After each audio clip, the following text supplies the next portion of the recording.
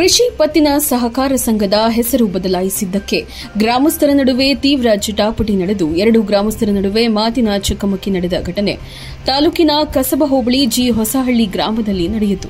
G Hosahalli ಗ್ರಾಮದಲ್ಲಿರುವ ಮಡೇನಹಳ್ಳಿ ವ್ಯವಸಾಯ ಸೇವಾ ಸಹಕಾರ ಸಂಘ ಎಂಬ ಹೆಸರು ಸುಮಾರು 50 ವರ್ಷಗಳ ಹಿಂದಿನಿಂದಲೂ ನಡೆದು ಬಂದಿದೆ.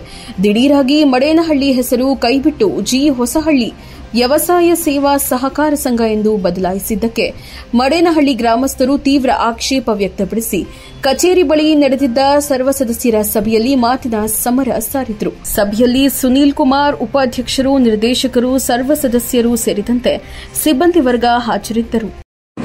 ಈಗ ಬದಲಾವಣೆ ಮಾಡಕ್ಕೆ ಹೊರಟಿವ್ರೆ ಅದನ್ನ ಬೋರ್ಡ್ ಹೊಳಿಸ್ಬೇಕಾದ್ರೆ ಯಾವ ಸದಸ್ಯರಿಗೂ ಗಮನಕ್ಕೆ ತಂದಿಲ್ಲ. ಇದಕ್ಕೇನು ಸೆಕ್ರೆಟರಿಗಳ ಜವಾಬ್ದಾರಿ ಇಲ್ಲ, ಅವತ್ತಿನ ಅಧ್ಯಕ್ಷರ ಗಮನ ಗೊತ್ತಿಲ್ಲ. ಇದ್ರ ಬಗ್ಗೆ ಏನ್ ಕ್ರಮ ತಗೋಬೇಕು ಅನ್ನೋದು ನಮ್ಗೇನ್ ಗೊತ್ತು. ನಾವು ಹೋರಾಟ ಮಾಡೋದಕ್ಕೆ ಇಷ್ಟೆಲ್ಲ ರಗಳೆ ಆಗಿ ತಿಂಗಳಿಗೆ ಅದೇ ಕರೆದು ತೀರ್ಮಾನ ತಗೊಳ್ಳೋಣ ಅಂತ ಹೇಳಿ ಎಲ್ಲರೂ ಕೋರ್ಲಿನಿಂದ ಏನ್ ತೀರ್ಮಾನ ತಗೊಳ್ಳೋದು ಅಂತ ಅದೇ ಸರ್. ಈಗ 13 ಹಳ್ಳಿ ಏನ್ ನಮ್ಮ ವ್ಯಾಪ್ತಿಗೆ ಬರುತ್ತೆ, ಈ ಹೊಸ ಸಹಕಾರ ಸಂಘಕ್ಕೆ 13 ಗ್ರಾಮಗಳು ಏನ್ ಸೇರುತ್ತೆ, ಎಲ್ಲಾ ಸಂಘದ ಸದಸ್ಯರುಗಳಿಗೂ ನೋಟಿಸ್ ಇಶ್ಯೂ ಮಾಡಿ 2 ತಿಂಗಳು ಕಳೆದು ಸರ್ವ ಮಹಾಸಭೆ ಮಾಡಿ ಅವರೆಲ್ಲ ಒಕ್ಕೋರ್ಲಿಂದ ಏನು ತೀರ್ಮಾನ ಕೈಗೊಳ್ತಾರೆ ಅದರಂತೆ ನಾವು ಒಂದೇ ಸಬ್ಜೆಕ್ಟ್ ಇಟ್ಕೊಂಡು ಮಾಡುವಂತದ್ದು. ಹೌದು ಸರ್, ಅದೊಂದೇ ಸಬ್ಜೆಕ್ಟ್ ಅನ್ನ ಮಾಡುವಂತದ್ದು.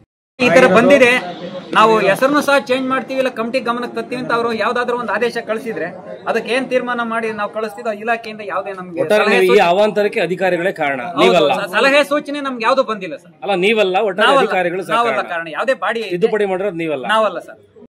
ಬರ್ಸಿ ಬೋರ್ಡು ವಿಫಲವಾಗಿತ್ತು, ಅದಕ್ಕೆ ಪೇಂಟ್ ಹೊಡಿಸಿದ್ವಿ.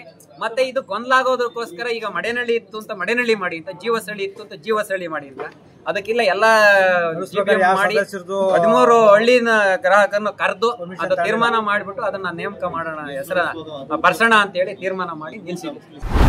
ಚಾಲುಕ್ಯ ನ್ಯೂಸ್, ಜನರಿಗೋಸ್ಕರ.